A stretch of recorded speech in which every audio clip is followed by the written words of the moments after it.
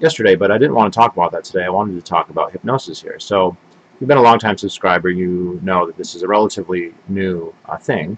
I uploaded a video about hypnosis a couple months ago now, maybe 2 months ago, 3 months ago, and I don't know what if you want, you can go back and rewatch that video and just see my initial thoughts here. Now it's been a couple more months, and I have a couple more thoughts, and hypnosis has been something that I've just found incredibly interesting, right? It's something that I was aware of. Everyone's aware of it. It's in popular culture. We have a knowledge of it. Let me turn the air conditioner off. It's quite loud.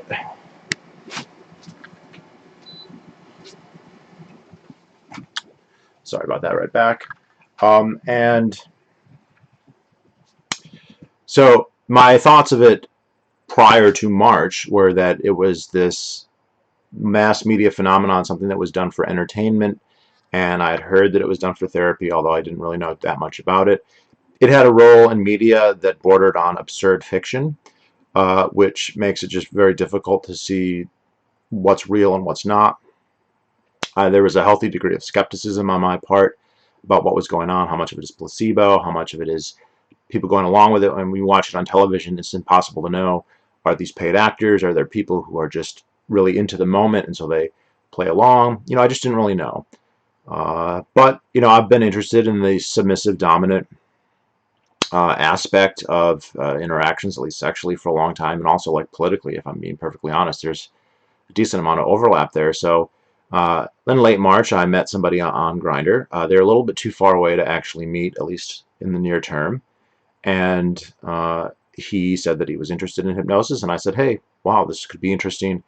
In all the years that I've been on Grindr and talking to guys, I'd never met somebody who was into it in any kind of actual way, at least that I knew of. I've now since found some other people who were. Not everyone's super public about it. And what ended up happening was within a week, he sent me some websites to check out, which I did, and they didn't really do a lot of for me in terms of informing what to do or what to expect. So I ended up in a three-way Skype call with this guy and a hypnotist. And the hypnotist first hypnotized the guy that I got introduced to so I could watch and see how it worked, more or less. Of course, you can't really see how it works. You can see it working, but you don't necessarily know what's going on under the hood, so to speak. And then he hypnotized me, and I fall into that category of people who's fairly hypnotizable. Not the top category necessarily, but I'm fairly suggestible, which, there's something in the last video, a lot of people were asking, am I suggestible or not? Unfortunately, there aren't really any variables that really correlate with it well enough that we can predict, right? So you can't say, well, my IQ is this, or I have this type of personality, or I behave this way.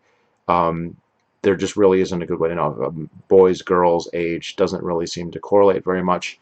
Some experiencists, and I assume this is probably true with a lot of stage hypnotists, who kind of develop a sense. A couple people described it as your openness. Do you seem very open? But there's just no way to know until you have a suggestibility test, of which there's many, many out there. And just to kind of run through, so the human population, I mean, we've got a bell curve on suggestibility. And there's people who are not very suggestible at all. Doesn't mean that they can't be hypnotized, but it might mean that it's very, very difficult. The conditions would be just right. It could take a lot of practice.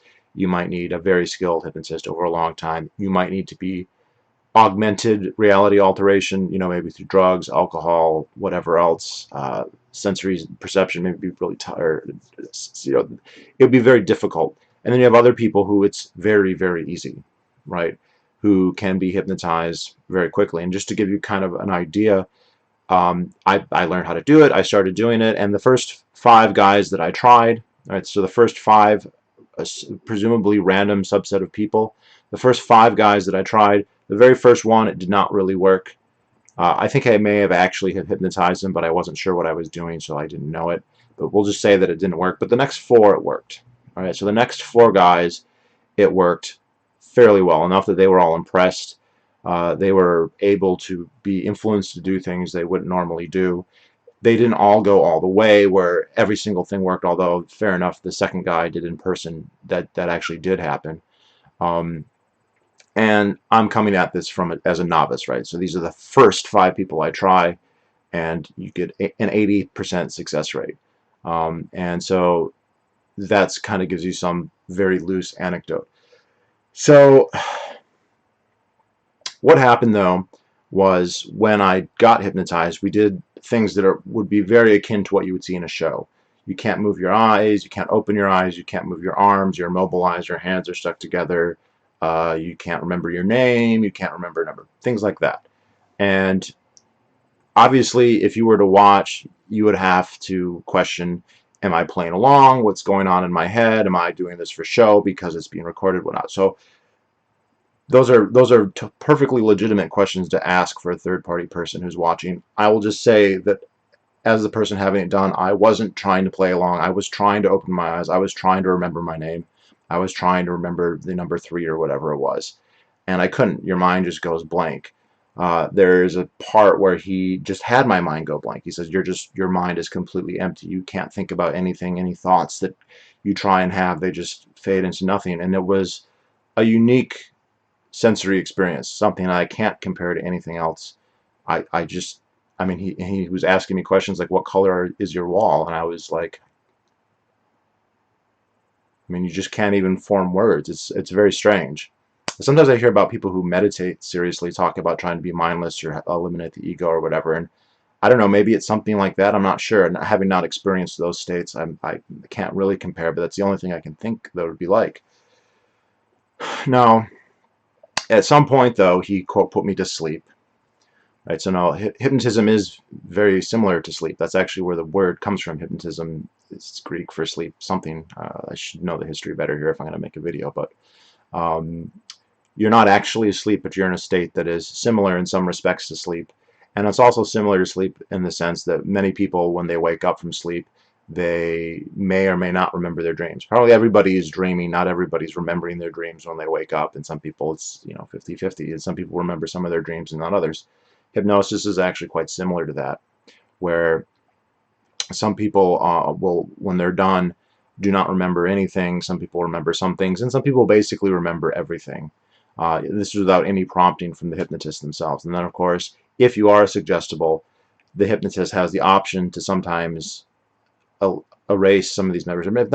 Perhaps erase is the wrong word, but to make them inaccessible might be a more accurate way to say, or they can just say so you can't think of them. And so at some point I was asleep.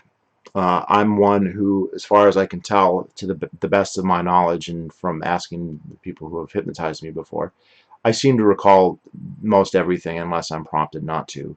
But I was put deep and I was given a program. So I was given a series of prompts. I don't think that the hypnotist doing this was malicious. We don't live close enough together for him to physically interact with me. I don't think that he was trying to hurt me or anything along those lines, but he implanted programs, and the programs were to get really good at hypnosis, to hypnotize as many guys as possible, to love hypnosis, to enjoy it, and to be his slave. Okay, so he's implanted that programming. I heard him say it, like I consciously remember him saying it, and then he woke me up and I went to bed. And I was literally shaken the first time this happened. My body was shaking and I was absolutely hyped. I was like, wow, that was amazing. What just happened? This was so intense. I don't have anything that I can compare it to in terms of its intensity, of what it felt like, or what the experience was like. So obviously I was hooked. But if you remember, one of the commands was, you love this, you enjoyed it a lot, that sort of thing.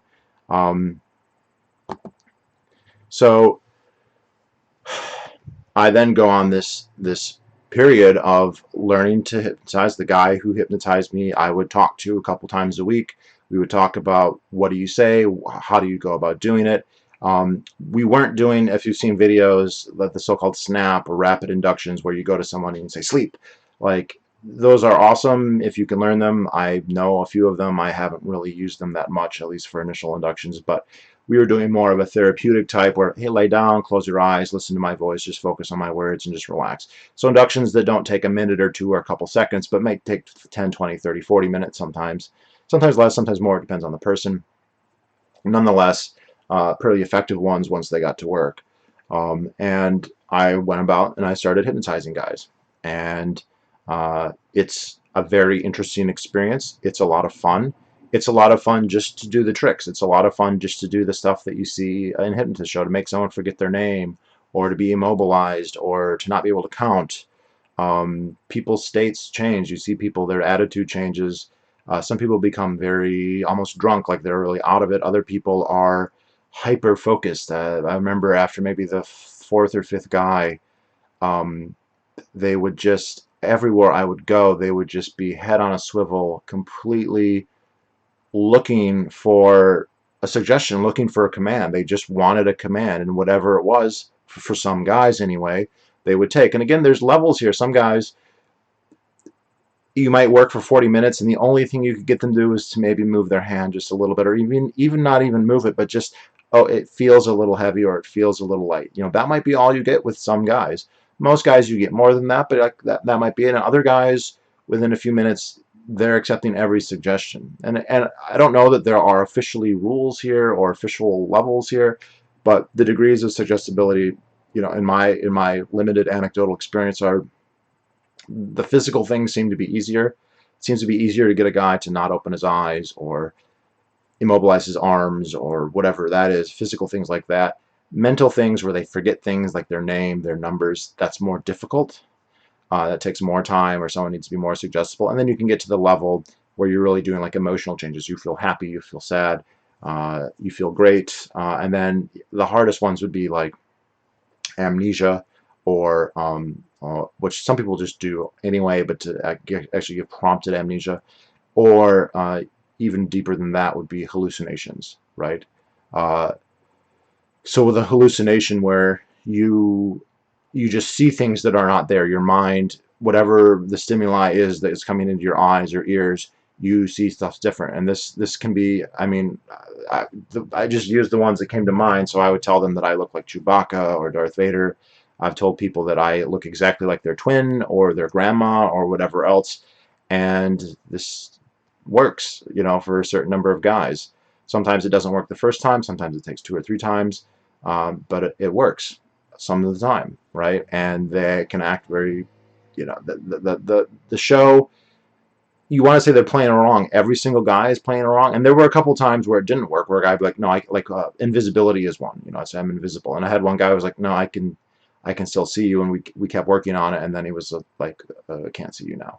So kind of the end here, just the basic is, you can get to a point. An average person can get there fairly quickly. An above average person can get there really quickly. And a person who's not very suggestible might take a long time, or might, practically speaking, not be able to get there. But that is going to be a relatively small section of the population. Once you get there, whatever is suggested becomes real in your mind. Okay, so it might be the fact that you can't actually fly, but you can believe that you can. Right? It might be the fact that the hypnotist is still in the room, but your brain does not interpret him as being there, and you can't see him. And you can change almost anything, and that is a stupendously fun, entertaining, powerful state to be in. Now, when the hypnosis ends and it's over, that will tend to fade with time. So like that belief that the hypnotist is invisible, or that he looks like Darth Vader or Chewbacca, that should fade in time, depending on the guy and how deeply they're hypnotized. But then there's a whole realm of post-hypnotic suggestions, where you put a suggestion into someone's head and it just animates their, you know, because it gets lodged in their subconscious in a way that it's there. And this is, because it is so potentially powerful, this is kind of where the role of hypnotherapy is, where you can have someone and say, you want to quit smoking, you want to stick to your diet, you want to go to the gym. And it doesn't work all the time. It's not a perfect thing. It's not a panacea. It's not that reliably powerful that with every single person it's going to work every single time. But it's very effective with a lot of people most of the time, or some large fraction of the time. I won't say most, but like it happens quite regularly. But that same power of effectiveness raises a host of ethical questions, because the ability to consent once you're hypnotized really quickly descends to basically none. Okay, so or potentially none. And I was uncomfortable with that, and so I took on the practice of when I would hypnotize somebody, we would have a talk, and we would talk about what are you comfortable with, what are you not comfortable with, are there any things that you want to do, are there any things that you do not want to do, and also I would give them the option of recording what we did, you know, audio, video, whatever they have, and then I would say, well, I want to record it as well, just so that, you know, there's a double bookkeeping thing here, we know exactly what happened. And I've had a couple of guys do that. And it's fascinating though, just to show you how powerful this is, because to play with what's possible. I've never done anything that they said not to do, but I tested the waters, right? So I've had one or two guys say, I don't want to have sex, right? You can do whatever you want. I don't want to have sex. Okay.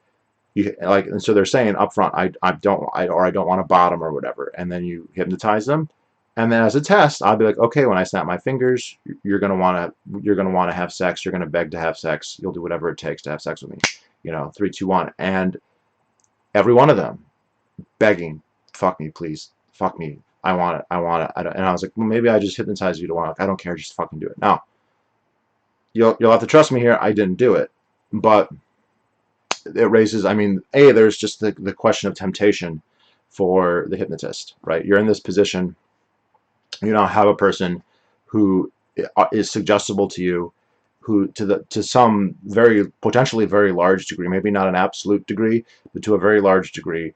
And not only are they suggestible to you, but you can potentially play with their memories. You can make them forget what happened, remember it in a certain way. So, oh no, we didn't have sex. We played around, but we didn't actually do anything, when maybe you did indeed have sex, and they might walk away not knowing that. So that raises a whole series of temptation problems for the hypnotist. It also just raises these ethical problems, because then what you can start to say, in my case, what happened with me, and again, I don't think it was malicious on the part of the hypnotist. It was fun for him. He enjoyed it. He thought he was doing me a favor, because he's like, well, I'm going to tell you that you love this, and so then you will. And it worked. I fucking loved it. I was obsessed with it. And you know, to give you some idea, if you go back and watch, there are warning signs. When I uploaded that video on hypnosis, it's not the first time, it's the second time, that I had subscribers reach out to me and say, are you okay?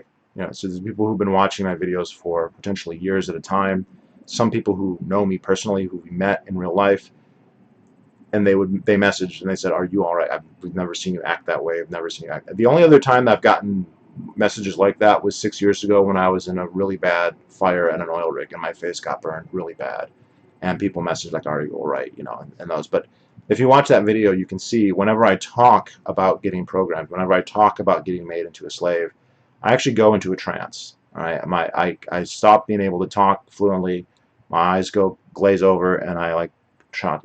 So that's a really good indicator of having been programmed. And like, I'm making that video now at that point more than a month, maybe a month or two after this had initially happened, right? So just to give you some idea, that's a post-hypnotic suggestion that still a month later, 2 months later, is still that powerful, right? And it was still shaping my actions. I was still going out every day, and like, what ended up happening is, I mean, it was great. It's still, like, hypnosis is still a wonderfully interesting thing, and I'm still doing it to people, not as much, but I still am, and I'm still talking to people about doing it. And I have friends, I have regulars now. I have people who want me to like, hey, hypnotize me again, hypnotize me again, and you know, I enjoy it, so I'll do it with them. But I ended up getting, I got hypnotized maybe once a week, something like that. The guy who was hypnotizing me was kind of busy, and we had different schedules, so it wasn't that regular, but it would happen. And it happened very late one night, maybe 3 weeks ago, and it was much, much more intense than the first time. We did a trick that you've probably seen if you've seen a lot of shows, where very often I use my finger to hypnotize people. In the 19th century, they thought that visual fixation was what caused hypnosis. And so that's where the whole pendulum thing and diamonds and crystals come into. You have something to stare at, and it can put you into a trance. And it's a very effective way to put you in a trance. Now, you don't have to do it that way. Most of the times I actually hypnotize people. I don't do it that way. I have people lay down and close their eyes and go about it that way. But I have started using my finger a lot. Focus right here. All of your attention right here. 2 laser beams right here, just like that. And it got to the point with many of my subjects, or the guys that I hypnotized, where I could just hold up my finger and they would drop into a trance. You know, we could be mid-conversation, we could be having an argument, and they're just like, I don't like you, just like that. All right, and the guy who hypnotized me, he actually liked to get hypnotized as well. I think that's one of the reasons that he taught me and he wanted me to learn, so that I could do it to him, because he enjoyed it. And I actually asked him, I was like, well, you programmed me to be into hypnosis and hypnotism. Did anyone program you? And he's like, yes, 18 years ago. Now, you have to wonder, is he into it himself to some degree? And so this is a reinforcing command rather than a command that's going against every bone of his body. Totally fair question to ask. Don't know that there's a good way to get an actual answer here. But so I would hypnotize him, and I'd hypnotize him with my finger very frequently, and he would just be like, show me your finger. I want to see it. I want to see it. I want to see it. You know. And he, we were doing it, and he decided it was time to hypnotize me. So he turned off his screen so he could no longer see my finger. So I'm holding my finger up thinking I'm entrancing him, and he can't see it. And then he told me to look at it. So I start to look at my finger. And if you've ever seen a stage show, this is a pretty common thing. So I'm looking at the finger, and I feel fine at first, but as it starts to slip deeper and deeper and deeper, and then the finger started to come towards the forehead, and I actually started to cross-eye a little bit. And I wanted to let it happen and not time it consciously, so I actually closed my eyes, and I thought, okay, I know what's going to happen. It's going to touch my forehead, and I'm going to go to sleep, just pass out. And one thing about hypnosis can be incredibly relaxing. I've had guys who it didn't work at all, really, and they're like, wow, that's just like the most relaxed I've ever been. It can be incredibly. So I'm getting ready to, I'm going to relax here. And when it touched, it was like a lightning bolt striking my brain. And I started convulsing, and which I was not planning on doing. I hadn't thought I was going to do that. It just, when it touched, it was like this electricity through my brain, and I was out. And when I was down, all my muscles relax. One of the things that happens, you get so relaxed that you just start to drool. And I was doing all the symptoms. I even recognized them in myself. I'm like, I'm drooling. Your eyes, you get REM, rapid eye movement, and my eyes my eyes were closed, but I could feel them like like subwoofer speakers, just, and I was like, wow, I am just deep, deep, deep. And he programmed me again, the same program with one change, and then he woke me up and we talked briefly. I was just, what the fuck just happened? I'd been hypnotized before. This was way more intense. I was actually wondering if he had that ability all along and had just not shown it to me. And then he had me look at the ceiling, which I did, and then he said that the ceiling, the room was spinning, and it was spinning. If you've ever seen like those time-lapse photographs of like the North Star at night, and you can see all the stars getting around it and forming circles because of the time-lapse, that's what my ceiling looked like. And I got dizzy, and I fell, and I could feel like I was on a merry-go-round in my chest and my stomach, like I was spinning. Now, obviously my room wasn't spinning, but all my senses told me that it was.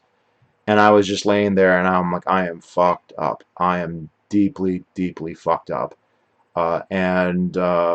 Then he actually went to bed, and I like came out of it and was like, what the fuck just happened? And in the week that followed, week or two that followed, I kind of realized that I don't think it was him. I don't think that he had a secret hypnotic move that I didn't know about. I think what was happening, and I've seen this with my own subjects now, because I was getting hypnotized, every time I got hypnotized, I was getting better at it. Your brain is getting trained, and I was just getting more. I already started at like well above normal suggestibility, not like at the top category, but up there.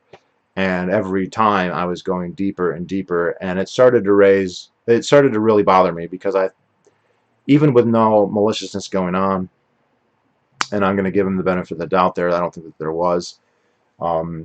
The realization that I could now hallucinate things, that I could believe things that I was told, that they would really sink, that that stuff would really take hold.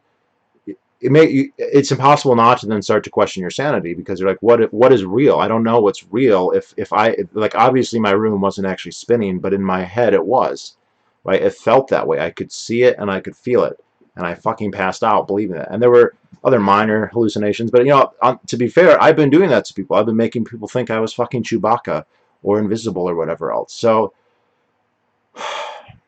it really started to bother me. And the other thing that's like, let's just assume, again, giving the hypnotist the benefit of the doubt, that there was no malice and no abuse at all. The fact that I was so suggestible made me very, very vulnerable to other hypnotists, right? Another hypnotist could do that. And actually, when I talked to people about making this video, everybody I asked said not to make this video. And they all gave the same reason. And the reason they gave, and these are hypnotists, these are people who hypnotize people for fun, sometimes some of them for livings, maybe, although I'm not positive. They said you shouldn't do it because you will be putting a target on your back. People will know that you're suggestible, and they will potentially take advantage of that, right? So their view of it is that the ability to be abused is very real. The fact that you can change someone's beliefs, feelings, perceptions so easily, that is something that's a power that's going to be very tempting for anyone. It's tempting for me. It also raises ethical questions, because the attitude a lot of these people have, and it's not even necessarily an attitude that's obviously wrong. I would call it a gray area, although I'm getting more firmly against the idea. But the idea is they can tell you that you like it, and so then you like it, and so then it becomes, and you can see it in that video, the first one that I did, I was like, well, I'm a slave, but I like it. Well, of course I liked it. He told me I had to like it, so I did, right? And it could, the hypnotists I was talking to don't live anywhere near me, so there was never any physical contact between us, but like, that could easily have become a sexual relationship that I would have then consented to retroactively, even if I might never have consented to it a priori or before the fact.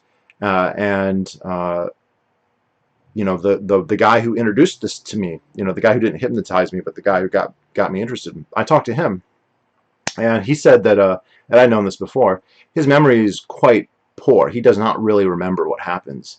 And I asked him, well, if you don't remember what happens, what's the appeal? I don't understand. If you don't remember what's going on, if you don't remember what you're doing, why would you find it something rewarding or interesting? And he goes, well, I got programmed to like it, so he likes it. And that was, you know, over a year ago. So it can be very powerful, you know. And again, that programming can fade. If it goes too strongly against your character, it's possible that you'll reject it and how suggestible you are. But over time, you'll become more suggestible if you get hypnotized more and more. And they can keep you coming back, right? So, like, yes, if you went 2 months, you might fade away. But if they hypnotize you again in a week or in 5 days or whatever, boom, boom, boom, and your brain gets trained and trained and trained deeper and deeper and deeper. And I'm not saying it's wrong all the time. I'm not saying that it's a horrible thing. But it's ethically gets into a very, very gray area, a dark gray area in some instances. And the other problem is that, legally speaking, there's too much, and this makes sense, this is probably good, there's too much plausible deniability, right? So you cannot, he hypnotized me to have sex with him is not a basis for a rape case, okay? You can't say he hypnotized me to have sex with him. That's not going to work in court. You can't say that you committed a crime and he made me do it through hypnotism, and with good reason, because it's not that so effective with everybody enough that we can be sure. And so there's this plausible deniability that the courts are going to. And the other thing is that it's tied with, it's so pseudoscientific, right? And I think that that's the right term. It's a real effect that really affects how you think in your brain. And I believe that that has been measured, and they can show like there is something going on. It's not very well understood, though. And so there's this big, what exactly is going on, and how much agency do you really have, and can you consent or can you not consent? These are questions that don't really have, they don't have scientifically firm answers. I am satisfied in my own experience from having it done to me and having it done to other and doing it to other people. Right? I've duplicated this with many other people at this point. That your ability to consent can be lowered to the point of being negligible for many people, or even most people, over time.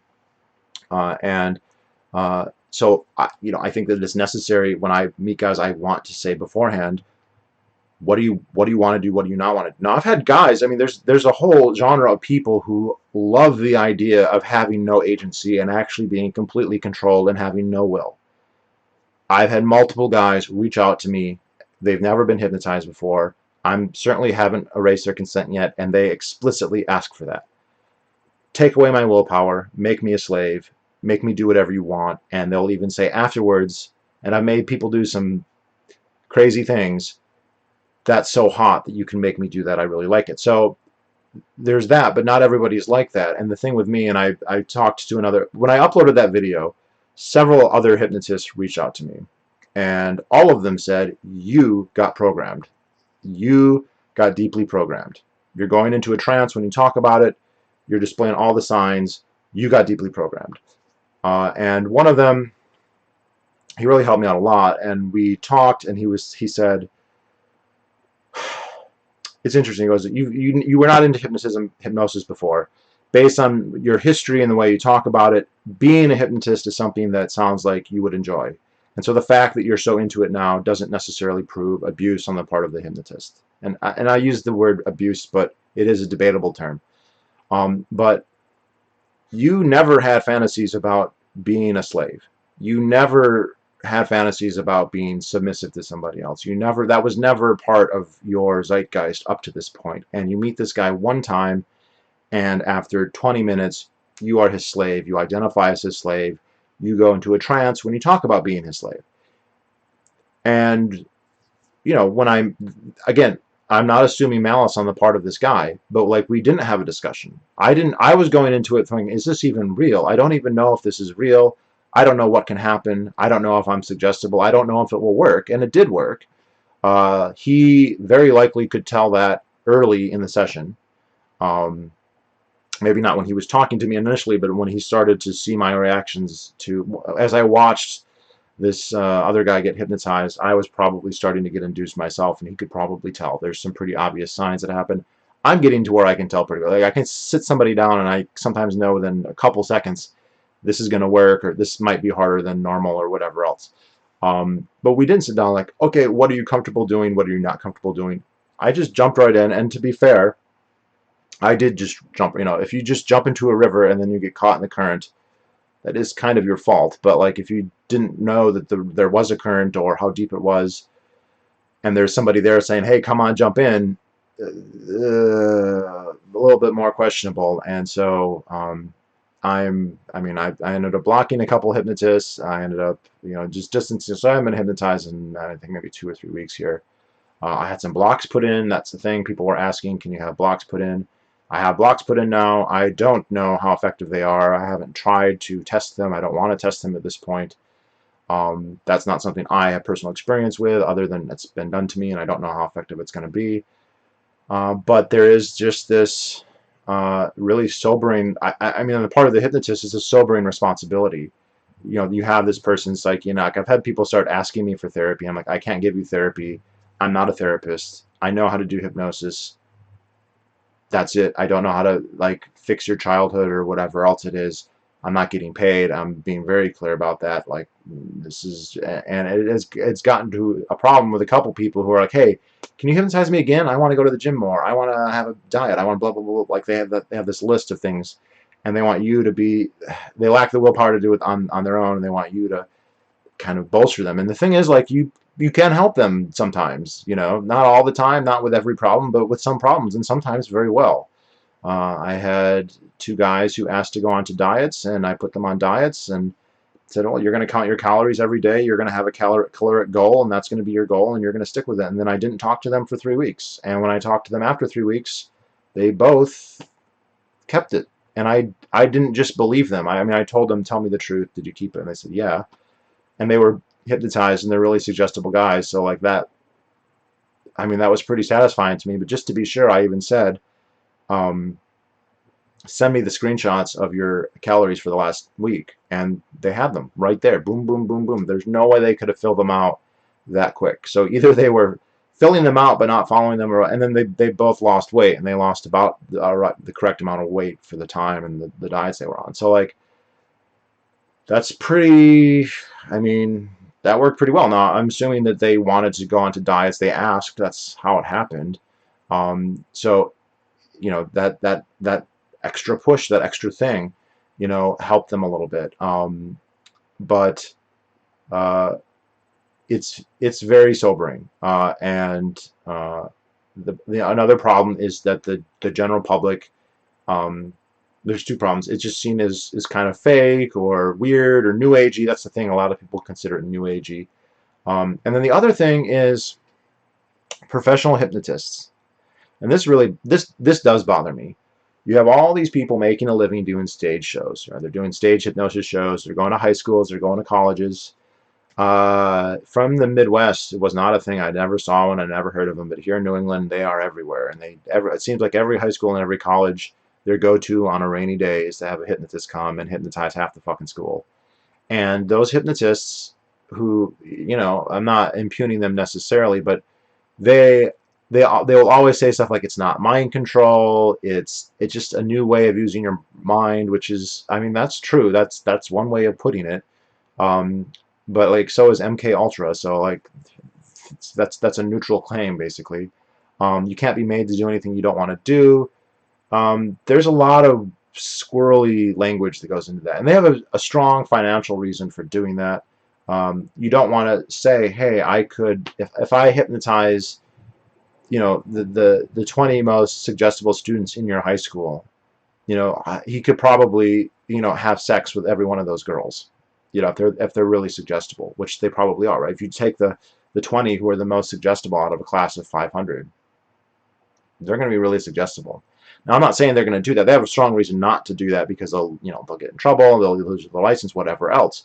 But they don't want to admit that that's even possible, right? As soon as they make it explicit that they could even do that or anything like that, you know, like it doesn't necessarily have to be rape. I mean, it could just be humiliation or some other kind of weird suggestion.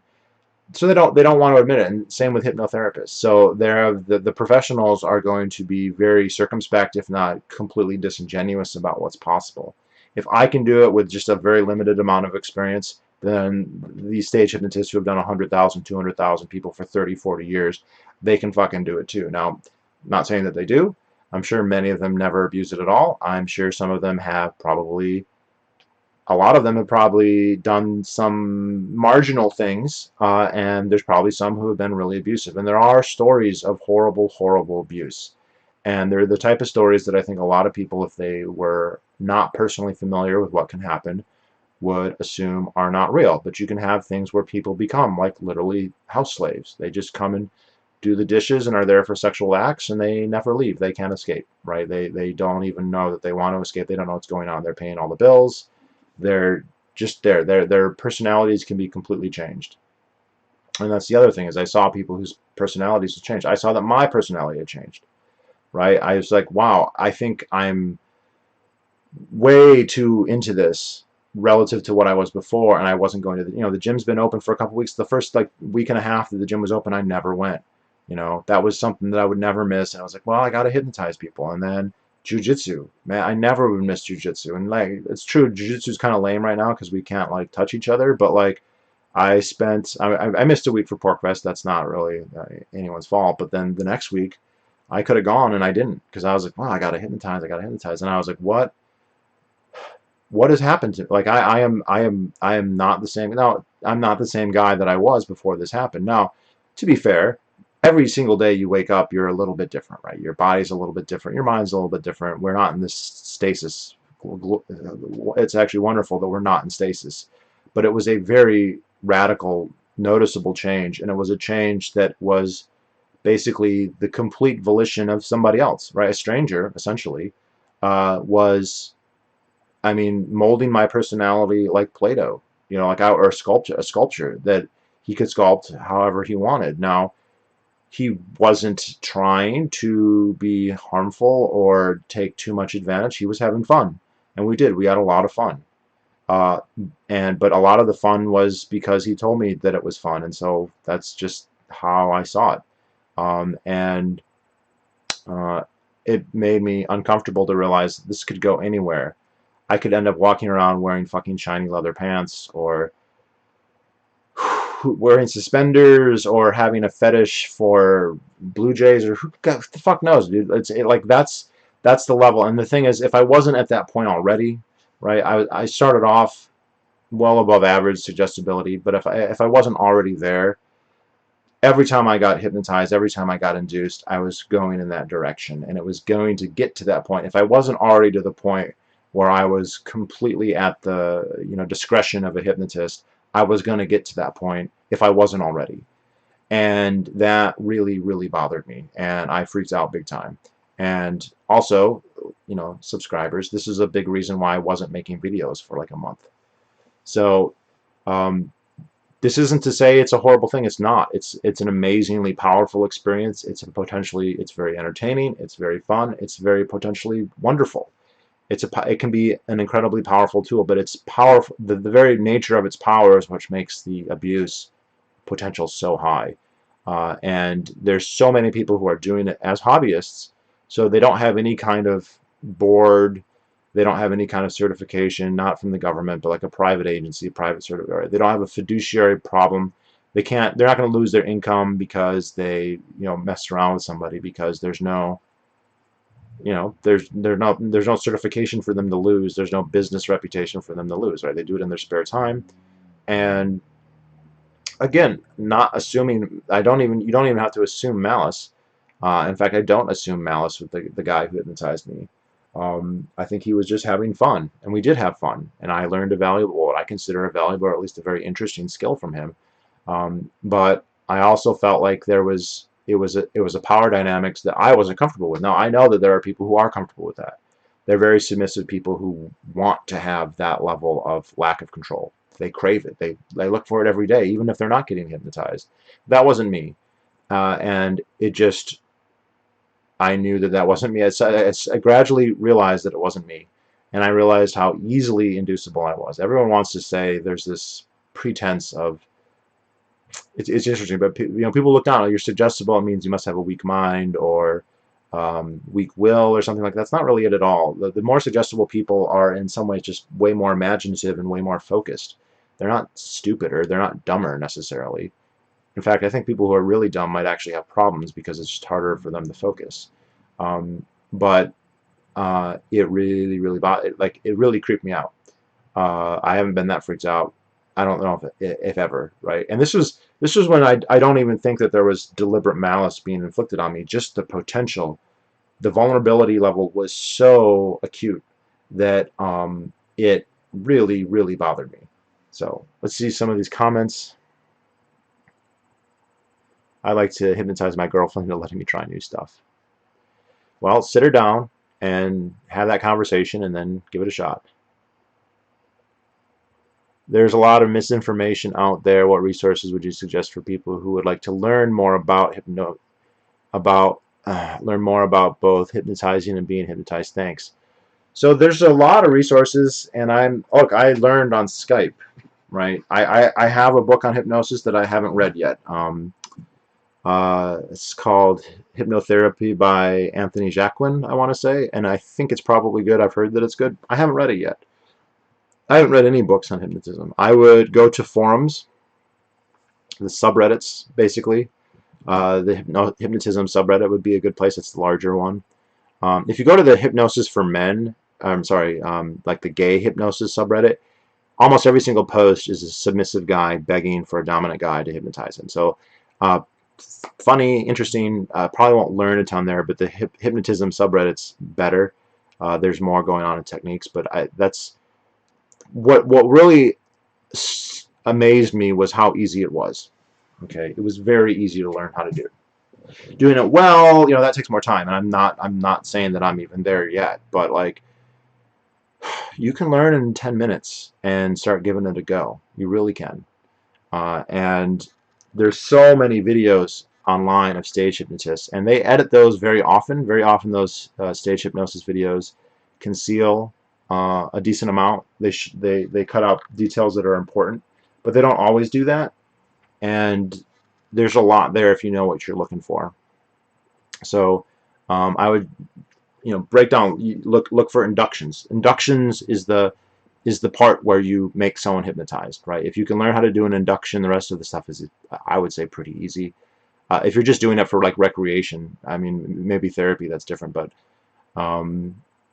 you just want to learn inductions, and there's many, many, many ways to. And see, the thing is, one of the sayings that I learned is that anything that makes you think about going into a trance can lead you to going into a trance. Okay, so in the 19th century, again, eye fixation, and they look at my finger or a pendulum or a metronome or whatever else, look at a candle or a light, or and that's a very effective way to do it. A little pro tip: if you get their eyes to look up, their eyes looking up in their skull actually makes them slightly more suggestible. So like instead of here, but it doesn't have to be eye fixation, right? You can just get them to relax and focus on my voice, right? You could just honestly close your eyes, just listen to my voice, focus on my voice, let everything else fade away. Don't pay attention to anything but my voice. Just listen to my voice and focus on my voice. Let my words guide your mind and go deeper and deeper, more relaxed, more focused. I swear to God, if you do that long enough, whatever, 30% of the population will be hypnotized by you in a certain amount of time. Some of them in minutes, some of them, 30, 40 minutes. If you're that, scripts, you don't want to have a script because you want to look at each person and be like, what's good for this person. But like that will get you there a lot of the time. You'd be surprised, and you can kind of learn from there. How good at hypnosis could an AI get? I'm gonna guess that they could get pretty good at it. I'm gonna guess that they could get pretty good at it because it doesn't seem that difficult to me. They're gonna have to get good at reading people, but they will at some point, so.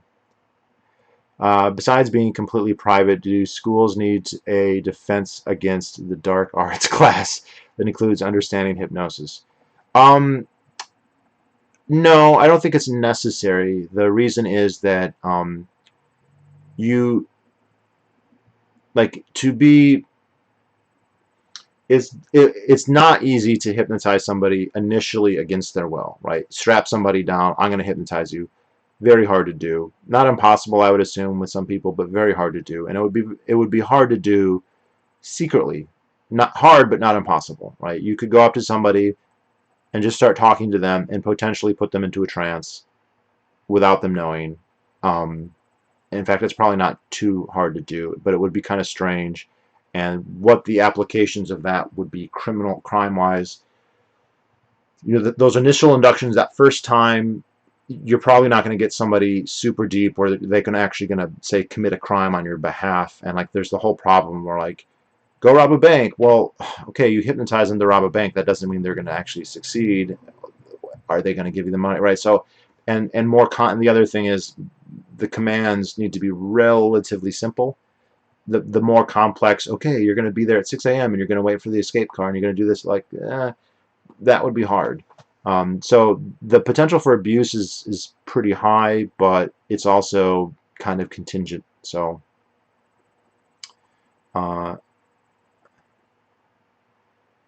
the power seems similar to the effect that psychedelic drugs like psilocybin mushrooms can have. Never having used those drugs. I mean, I was at PorcFest where everybody was using them. I never did. So I don't know how analogous they are. Is it possible to use hypnosis offensively as a weapon, or does the subject have to want to be hypnotized? Possible. Look, I'm not the most experienced guy in the world here, but I think that it probably is possible. It might be very difficult. It might only work in certain situations, but there are people who are very suggestible, and there are hypnotists who are very skilled, and there's things you can do. There's grammatical things. There's inductions you can use about you don't pull out your finger. You don't, close your eyes. You just talk in a really glanative, vague way that's confusing to the mind, and it involves just using run-on sentences that go on and on as you go deeper and deeper, more focused on just words that continue to go into circles without any end ever coming as you go deeper, feeling better and going on and blah blah blah blah blah. And you can keep doing that. There's an effect that happens where there's no period to the sentence, and it's just all abstract, and the mind can actually get so confused it's trying to, you're paying it, the person will be paying attention to your words, trying to figure out what you're meaning. And if there is no meaning, it just can put them into a trance, right? So that's actually an induction that people do, that apparently is pretty effective. I've practiced it. I've never actually done it with anybody successfully, but you could, with practice, right? And so, yeah, I think that it could. Now, like if someone's coming up and they're like bashing your face in, and you're getting pounded in the ground, you're not going to be able to like hypnotize them surreptitiously unless you already programmed them with like a word or something. Um, Speaking of that, my subject just messaged me.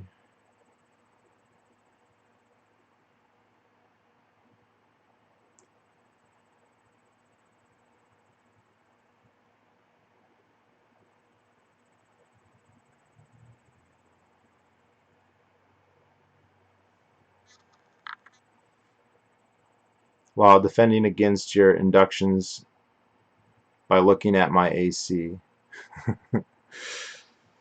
Yeah, I mean, I one of the guys that I did, and it wasn't one of the guys that I did.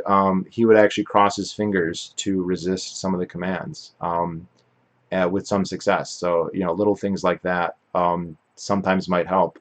But also, the more you get into, and I've had guys where they're induced, and I'm like, okay, I'm gonna try and put you into a trance, try and stop me. But they're already hypnotized at that point. They really can't stop you then. Um,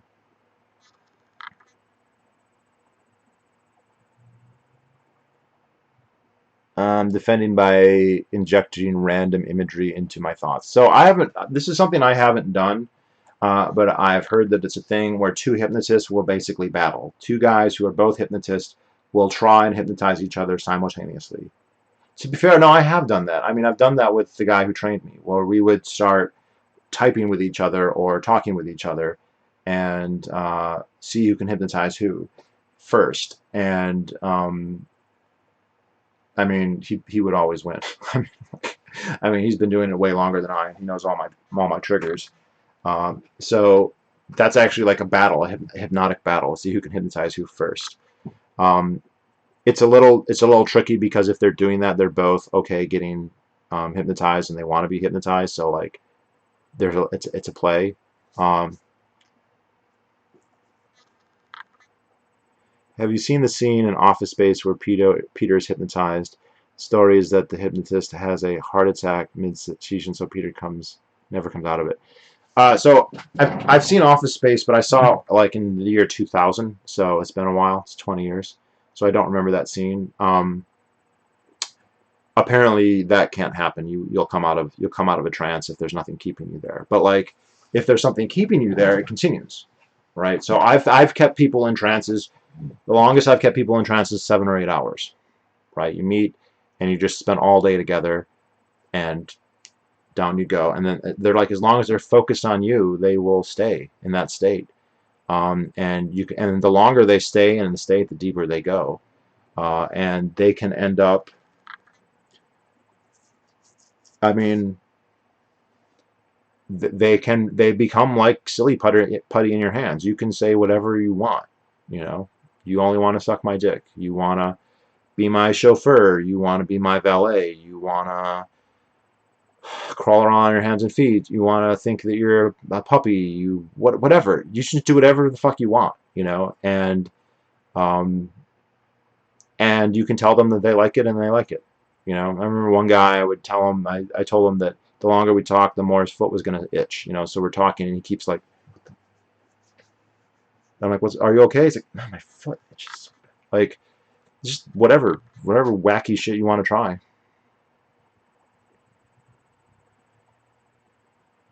Scott Adams is a trained hypnotist. Yeah, there's a lot of people. Bill Clinton is a trained hypnotist.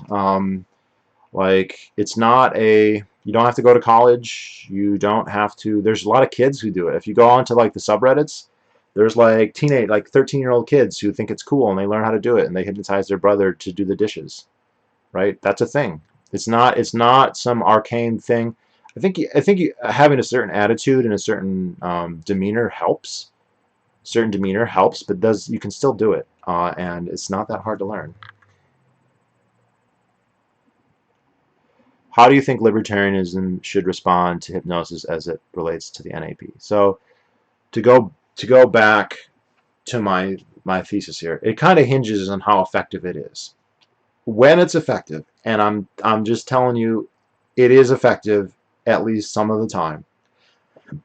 When it's effective, I do think that the person who's hypnotized is losing their agency to some degree. And the simple thing would be say they don't have any. I think that there's probably nuance there. They lose some. They lose some, and the hypnotist then becomes the responsible party to some degree as well. Let's see.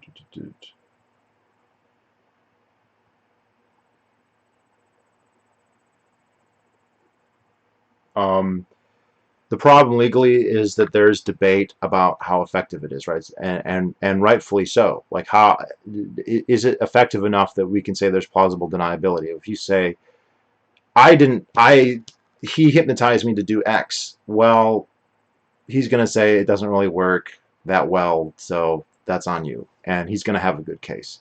But I think that we should see it to the extent that it's effective, and it is relatively effective, that the hypnotist is the one who then is now taking moral responsibility.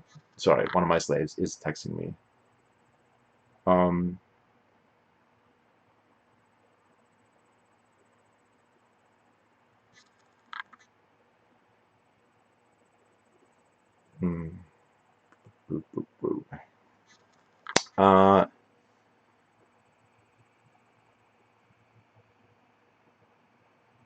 Informed consent. Yeah, so if you talk to somebody beforehand, before they're hypnotized, and you say, what are you comfortable with, what are you not comfortable with, what do you want to do, then that solves like the problem. And as long as you stay within that range, right?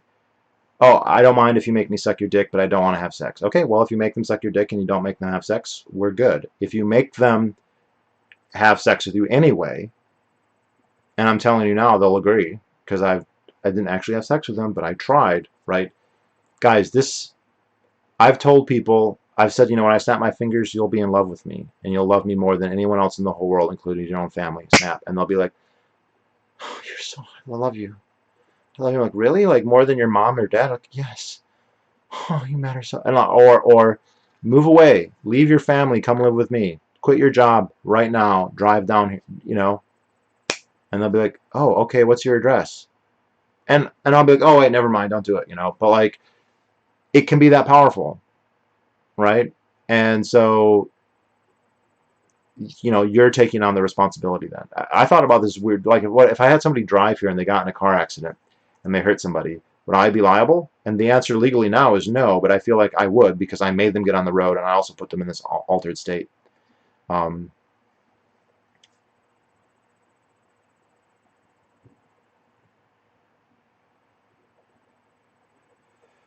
Maybe hypnotism reveals a servile instinct in human beings, something that can be pathological, but perhaps at times is useful for good survival. So I think you're hitting on an interesting point, Tortoise Dream.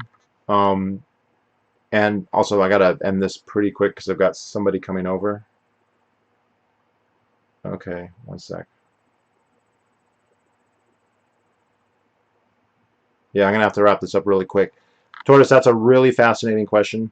I think that the will to submit to an authority figure probably has some evolutionary parallels, because we see this with great apes like chimps, where you need to submit and please the alpha, because if you don't, he'll kill you, right? And so that's where like Stockholm syndrome probably comes from. There's probably something there. There's this desire to submit and obey an authority figure that a lot of people are drawn to. Hypnotism overlaps with that, but it's not only that. Part of it, the first part of hypnotism is just going into a trance. And going into a trance has a whole bunch of applications that are neutral, that don't involve submission, right? To be totally focused on one thing to the exclusion of all other things, that can be harmful, but that can also be helpful. Imagine like the polar bear watching a breathing hole in the ice for a seal. It's going to sit there for 2 or 3 days, and it doesn't want to be distracted, because if it's looking the other way at the seagull and the seal comes up, he'll miss it. So you just want to be completely laser focused. Or, you know, a caveman building a stone tool. You know, he just wants to be not looking around, but just boom, boom, boom, or hunting or whatever. So like that hyper focus that leads to trance and is trance, that can be very useful. And that's not necessarily sub-dom. But then when you get suggestible, that is also not necessarily sub-dom. You know, like the stage shows, they're not dominating them. You know, they're making them do weird things, but they're not like making them their slaves. They just could. So like, I don't know why it works. There's got to be a reason. I just don't think we understand it really well. Guys, that's got to be where it's goes. I got a friend here. We're gonna go hiking tomorrow. It's gonna be awesome. Lafayette Circle for anyone who knows what that mountain is. But I've got to run. Anyway, fascinating topic. I'll probably come back to it. Thank you all for watching.